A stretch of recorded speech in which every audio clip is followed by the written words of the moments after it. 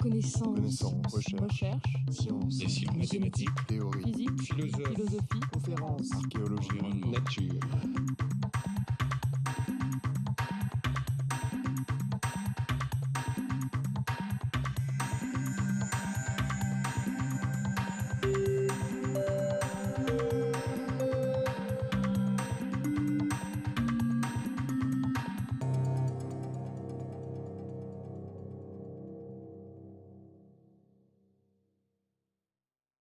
Monsieur l'administrateur général Pierre Corvol, chers amis, chers confrères, c'est bien difficile de parler après un film si émouvant et des mots si chaleureux de Marilyn Sasport. Mais si j'ai essayé de résumer ces films, je dirais que les souvenirs que nous venons d'entendre ne font qu'énoncer ce que définissait si bien notre maître. D'abord l'étonnement, puis l'optimisme, et enfin la gaieté et la tendresse. Certes, une gaieté et une tendresse voilées par une grande pudeur et timidité, mais révélées toujours par son regard. J'ai eu le plaisir de travailler pendant 35 ans avec Jean Dosset, qui m'a initié à cette formidable aventure sur la molécule HLA. Je garde toujours comme exemple l'image de l'unité 93, dans laquelle il m'avait accueilli. Il régnait une grande effervescence, animé par son enthousiasme, sa curiosité et son envie de découverte. Il n'y avait jamais de temps de repos. Il y avait en lui cet étonnement passionné face à chaque petite trouvaille, aussi simple soit-elle. Puis venait l'insatisfaction perpétuelle devant les résultats obtenus et, à chaque fois, les besoins de se remettre en cause, d'aller toujours plus loin. Il réussit à faire prévaloir l'esprit et toujours nous encourager à avancer contre-courant, quels que soient les paramètres scientifiques ou l'insuffisance de nos ressources face aux défis à relever. Chacun connaît la chaleur, la délicatesse et l'esquisse courtoisie dont il faisait preuve dans ses relations avec les autres. Une courtoisie d'autant plus appréciable qu'il allait de pair avec une grande puissance de travail et une ferme volonté.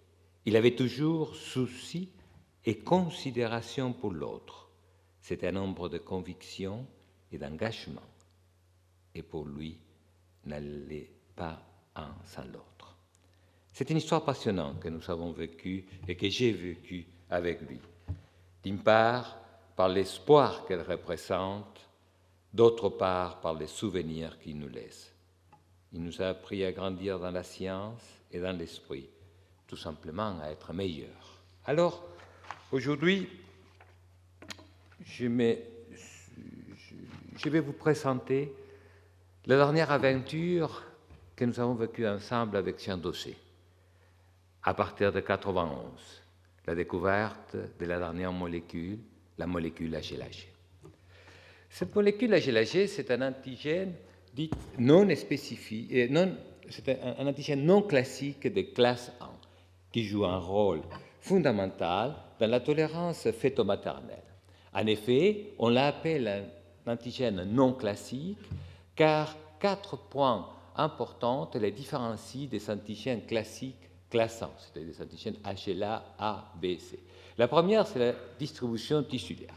En effet, les antigènes classiques HLA, A, B, C, ils sont exprimés de façon ubiquitaire presque dans tous les tissus. Par contre, la molécule HLA-G est exprimée sur les cellules fœtales, les cytotrophoblastes, les cellules épithéliales thymiques, la cornée et les cellules monocytaires activées. Bien entendu, l'mRNA, il est transcrit dans toutes les cellules et son expression protéique peut être induite par des médiateurs comme de l'interleukine 10, l'interféron gamma, le TNF-alpha. Son polymorphisme il est très limité.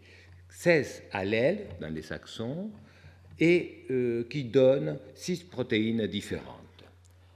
Enfin, 2 points très importants, la protéine HLA-G peut s'exprimer sur 7 isoformes différentes et ces protéines interviennent dans l'immune tolérance.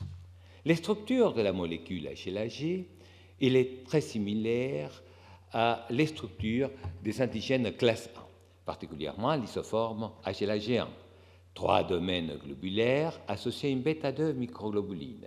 Pour les isoformes membranaires G2, G3 et G4, un épissage alternatif qui les propre vont faire des molécules composées par 2 domaines globulaires ou un seul domaine globulaire alpha 1. Toutes les isoformes présentent les domaines alpha 1. Les isoformes solubles, G5, G6 et G7, l'équivalent des G1, G2 et G3, par un codon stop sur l'intron 4 et l'intron 2, les fragments transmembranaires intracytoplasmie a été délété. Ces protéines peuvent interagir avec 4 récepteurs différents. L'ILT2, ILT4, KIR2DL4 et, bien entendu, comme tous les antigènes de classe 1, avec la molécule CD8. Les récepteurs ILT2, ILT4 interagissent avec aussi des autres molécules de classe 1, les antigènes HLA et HLA-B. Par contre, le récepteur KIR2DL4 interagit spécifiquement avec la molécule HLA-G, il n'interagit pas avec les autres antigènes de classe 1, mais il s'exprime sur les cellules naturelles kilaires et particulièrement sur une sous-population de cellules naturelles kilaires, les cellules naturelles kilaires de la déciduelle maternelle. Le récepteur ILT2, ILT4, l'ILT2 surtout interagit avec les domaines alpha 3 associés à la bêta-2 microglobuline et en forme de dimère. L'ILT4, il peut agir sans la bêta-2 microglobuline par les domaines alpha 3. Par contre, KIR2DL4 interagit à travers les domaines alpha 1. La distribution tissulaire, la distribution cellulaire de ces récepteurs sur les cellules immunes font que la molécule HLA-G puisse interagir avec toutes les cellules des systèmes immunitaires. Et à cet effet, il va donc induire des inhibitions à différents niveaux. Il est capable d'inhiber l'activité naturelle kilaire, l'activité antigène spécifique, la réponse proliférative allogénique, la maturation des cellules dendritiques et la différenciation des cellules B. Les premières expériences, après avoir décrit avec Jean Dossé tous les aspects moléculaires, c'est-à-dire les pissages alternatifs, les polymorphismes, que ça l'ennuyait beaucoup de voir qu'un antigène HLA avait un polymorphisme aussi réduit. À ce moment-là, en 92, il n'y avait même pas 15 allèles, il y avait 7 allèles. Donc, une fois qu'on avait décrit tous les aspects moléculaires, nous nous sommes attachés à la fonction et particulièrement au rôle de cette molécule dans la tolérance fœto-maternelle, car on avait de forts soupçons pour son activité dans cette tolérance.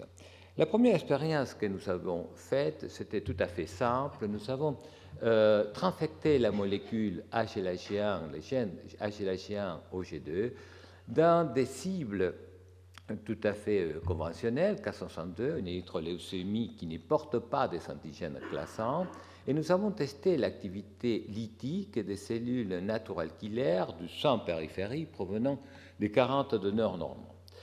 Peu importe les profils de cytotoxicité, haute, moyenne ou bas, l'expression de la molécule HLA-G à la surface de la cellule cible inhibait pratiquement totalement la cytotoxicité médiée par les cellules NK. Bien entendu, cette cytotoxicité a été restaurée quand on traitait la cellule cible par des anticorps spécifiques de la molécule HLA-G. Alors, dans un deuxième temps, nous sommes refait cette expérience, mais à partir des produits de interruption volontaire des grossesses. Nous avons isolé de la déciduelle maternelle les cellules naturelles kilaires, dont ces petites cellules ocre, et nous les avons mis en contact avec des cytotrophoblastes isolé du placenta et qui exprimait fortement la molécule HLA-G1. D'abord, dans un système sémiallogénique, c'est-à-dire les cellules naturelles killer de la mère face aux cytotrophoblastes de son propre enfant. Et là, on voyait qu'il n'y avait absolument pas, ou très très faiblement, une cytotoxicité. Cytotoxicité qui s'est déclenchée quand les cytotrophoblastes étaient préalablement traités par les anticorps anti-HLA-G. Dans un deuxième temps, nous avons fait la même expérience dans un système allogénique, c'est-à-dire les cellules naturales killer de la mère face aux cytotrophoblastes de l'enfant. Et nous avions observé dans toutes les combinaisons testées une absence de la cytolyse qui s'est déclenchée pareillement avec les traitements des cytotrophoblastes par la molécule HLA-G. En effet, cette inhibition, il est due par une interaction entre la molécule HLA-G1 et les récepteurs ILT2 ou KIR2DL4 des cellules naturales killer de la décisuelle maternelle. Cette interaction produit une inhibition de la polymérisation de l'actine qui, à son tour, va inhiber la redistribution et la polarisation des microtubules et des granules de perforine et granzyme.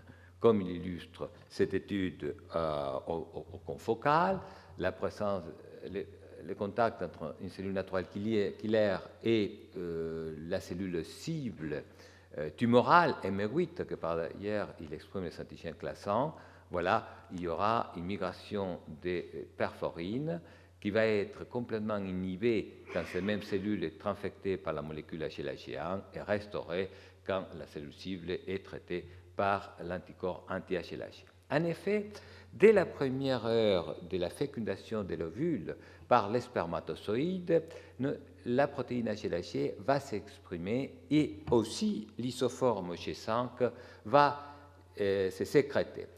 Nous avons corrélé les titres de la molécule HLA-G dans les sonagents des FIV provenantes des femmes dont les sonagents y possédaient un titre très important et un groupe dans lequel les titres étaient très bas ou absents. Et nous avons observé qu'en effet, dans ces sonagents, il y a une augmentation significative de la viabilité de la grossesse et les rapports des embryons implantés. Et ceci peut importer les groupes d'âge à lesquels on s'adressait. Dans l'autre extrême, nous nous trouvons dans une absence de HLA-G, c'est-à-dire quand nous avons étudié les avortements spontanés provenant des pathologies virales comme l'herpavirus et le cytomégalovirus, les placentas, il y avait une absence complète de HLA-G. Mais aussi dans des pathologies comme la préclampsie, comme vous le voyez, il n'y a pas non plus expression d'HLA-G quand on les compare à les placentas normales. Enfin, la question qu'on s'est posée à ce moment, c'était, eh bien, si cet antigène HLA-G devient un égide, un bouclier de cellules fétales, peut-être que les cellules fétales peuvent s'introduire dans le système circulateur de la mère et infiltrer les tissus maternels. Pour ce faire, nous avons choisi une pathologie tout à fait banale, que c'est l'érythème polymorphe de la grossesse.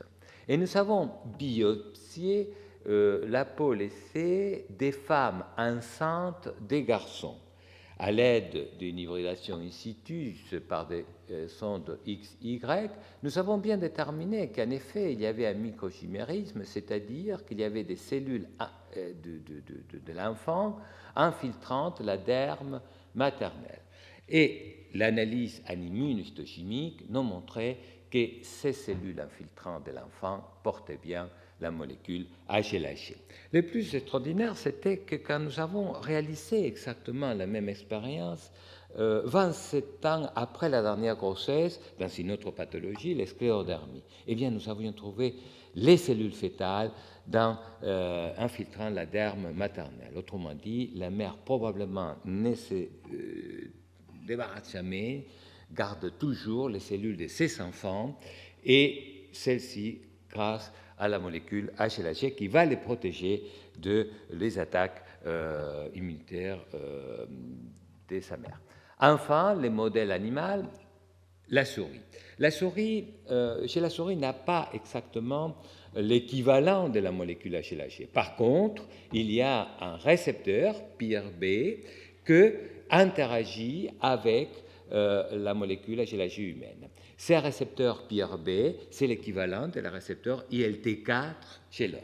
Alors, nous avons pris une souris transgénique et nous avons mesuré dans les plasmas les titres de la molécule HLA-G tout au cours de la grossesse, mais aussi au moment qu'on déclenche un avortement par les traitements avec la molécule RU. Et vous voyez qu'il y a une augmentation du titre d'HLA-G qui va immédiatement décroître quand nous déclenchons cet avortement. Enfin, tout cela se passe dans un contexte où HLA-G est exprimé en absence des antigènes classants. La question que s'est posée ensuite, pour pouvoir aller à deux sujets qui nous étaient très chers, la transplantation et les cancers, c'était est-ce que cette inhibition est aussi importante en présence des autres antigènes des classes 1 ou classe 2. Nous avons utilisé différents modèles, mais pour explorer les autres activités. On a observé que quand les cellules APC, dans ce cas les cellules LCL, qui expriment les antigènes classe 1 et classe 2, exprimaient la molécule HLA-G et que celle-ci devenait une cellule stimulante ou une tierce cellule dans une MLR, il inhibait la réponse proliférative T, et celle-ci était médiée aussi par les récepteurs ILT2. Pareillement, pour des cellules tumorales cibles comme la cellule M8 des mélanomes qui expriment les antigènes HLA classe 1, l'expression d'HLA-G1 produisait une inhibition de la cytotoxicité spécifique CD8, les cytotoxicités T gamma delta et la cytotoxicité NK. L'interaction entre la molécule HLA-G et les récepteurs IL2 au KIR2DL4, nous avons vu les effets qui produisent dans la cytotoxicité, mais aussi il inhibe des changements importants au niveau du cycle cellulaire. En effet, il augmente la protéine RB inactive, la protéine PV27, et diminue les différentes cyclines, dont agissant à toutes les phases du cycle cellulaire. Ça, ce sont les effets qu'on peut dire directs. Mais il y a aussi des effets indirects, que c'est l'induction de cellules T régulatrices et la trogocytose. En effet, pendant la réponse allogénique, et quand la cellule APC exprime la molécule HLA-G, est capable de différencier des cellules T4 et T8 qui, à leur tour, vont inhiber la réponse allogénique. Ces cellules T4 et T8, ils s'expriment, sont CD3, CD4 low, CD3, CD8 low, et cette inhibition est médiée par une hypersécrétion de l'interleukine 10. Leur blocage restaure la réponse proliférative. Le deuxième, c'est la trogocytose. La trogocytose, du grec, c'est grignoter. En effet, quand deux cellules, qui peut être l'APC avec une cellule T, la cellule naturelle killer avec une cellule tumorale, sont en contact, il y a un fragment de membrane qui est transfecté d'une cellule à l'autre. Et ce transfert de membrane va amener un certain nombre de molécules. Quand celle-ci, ça se passe c'est un mécanisme en réalité d'urgence qui va très rapide, dure 30 minutes, Mais ça ne dure pas longtemps parce qu'au bout de 12 heures ou 24 heures pour certaines cellules, disparaissent. Et nous voyons là la cellule HLA-G et APC qui exprime HLA-G, en premier contact avec la cellule CD4. 30 minutes plus tard, la cellule CD4 va exprimer la molécule HLA-G. Et ce n'est pas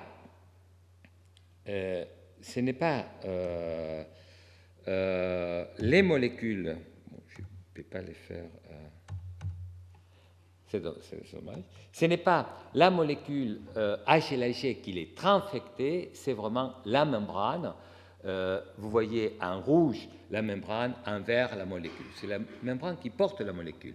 Et ce transfert de membrane d'une cellule à l'autre ne se fait pas par interaction d'HLA-G avec son récepteur, mais par l'interaction des autres molécules. Alors, quand évidemment c'est la cellule CD4 qui devient HLA-G positive, il va devenir une cellule inhibitrice.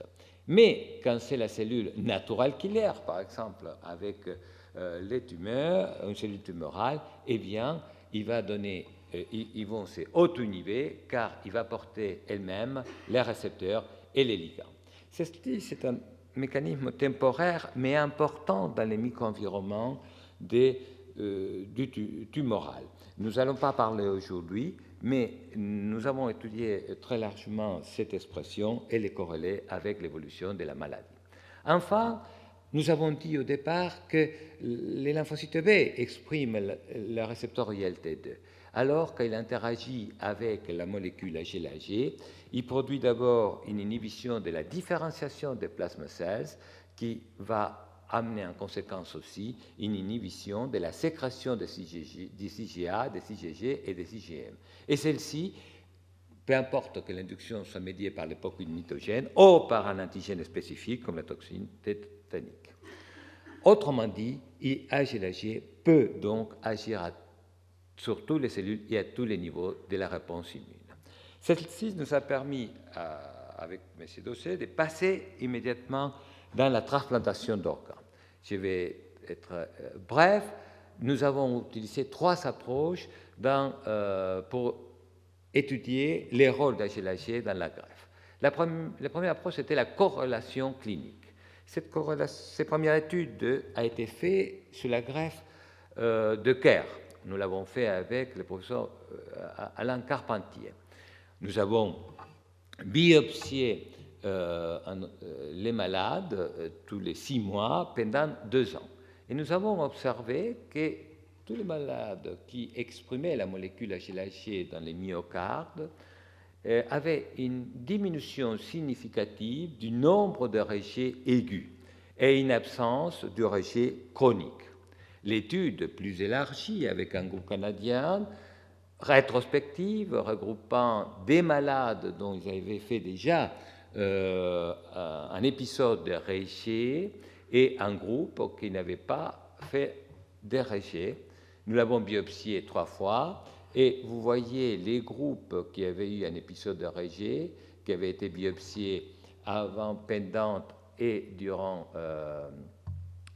les rejets, n'exprimaient absolument pas HLA-G. Par contre, les groupes qui n'avaient pas eu des épisodes de rejet, eh bien, biopsiés 2 mois après, 6 mois après, et 1 an après la greffe, tous pratiquement exprimaient la molécule HLA-G avec une différence bien significative. La deuxième approche, c'était les transplants des poumons, car d'abord, oui, j'ai conclu vite, d'abord, il y avait une expression et HLA-G peut s'exprimer au niveau des cellules bronchiales, des alvéoles et des macrophages. Et nous avons observé 2 choses intéressantes. La première, c'est que l'expression de HLA-G était complètement absente dans les groupes qui savaient réaliser un rejet aigu ou un rejet chronique, mais aussi dans les groupes stéroïdes résistantes qui va développer un rejet aigu et dans les groupes avec un syndrome oblitérant broncholytique qui va développer plus tard un rejet chronique. Dans les transplants de rein, fait une étude multicentrique avec Terasaki, sur un nombre important des malades. Nous voyons exactement les mêmes résultats que dans les greffes précédentes, mais en plus, il y a une association négative entre HLH et la production des anticorps anti-HLA. Autrement dit, ce que nous avions trouvé in vitro dans la différenciation B, nous l'avons trouvé in vivo. Je vais pas, je passe au deuxième approche, que c'est l'induction de la molécule HLA chez l'homme. Nous avons eu la chance de pouvoir utiliser une molécule recombinante CTLA4 appelée belatacept. Ces molécules, les malades traités par le belatacept, la totalité malade exprimait un titre important de HLH et la survie du greffon était meilleure que c'est traité par la cyclosporine dont l'expression d'HLH était absente. En effet, ces malades, la belatacept induit l'expression d'HLH et quand nous avions testé cet HLH provenant du plasma de ces malades, nous voyons que c'est une protéine active qui est capable d'inhiber la réponse allogénique. Enfin, l'expérimentation animale, bien sûr, nous avons utilisé des protéines recombinantes, différentes isoformes, et nous avons traité d'abord par une seule injection des souris valvées C dont on avait greffé la peau, et vous voyez qu'il y a une meilleure survie du greffon, peu importe l'isoforme, compris un peptide synthétique qui recouvre le domaine alpha. Celle-ci grâce à l'interaction de HLH avec les récepteurs PIRB de la souris. Mais quand oui, c'est terminé, ça y est. Mais quand nous faisons un saut transgénique par ILT4 ou ILT2 humaine, nous trouvons les mêmes résultats. Alors, un remerciement, je t'ai fait un clin d'œil, Marilyn, en présentant la dernière diapo. C'était je dis un clin d'œil car c'était un moment assez cher pour Marilyn et pour Jean Dossé, la workshop de 1975. Cette diapo, c'est Terasaki qui l'a fait, car Marilyn présentait pour première fois l'allèle DR et dont Terasaki avait dit voilà, maintenant que nous avons des réponses à toutes, les questions ont changé. Et pour HLH, ça continue. On croyait avoir répondu à toutes les questions avec HLA. On n'imaginait pas qu'au sein des antigènes d'incompatibilité, des différences et défenses, il pouvait y avoir des antigènes de tolérance. Voilà, merci. Merci beaucoup, Edgardo.